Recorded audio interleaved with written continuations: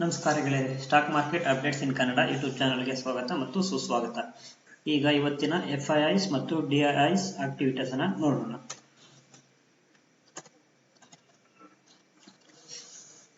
ಇವತ್ತಿನ FIIs activities ನೋಡೋದಾದ್ರೆ, gross purchase 22,450 crores, gross sales 18,785 crores, over gross net purchase 3,664 crores.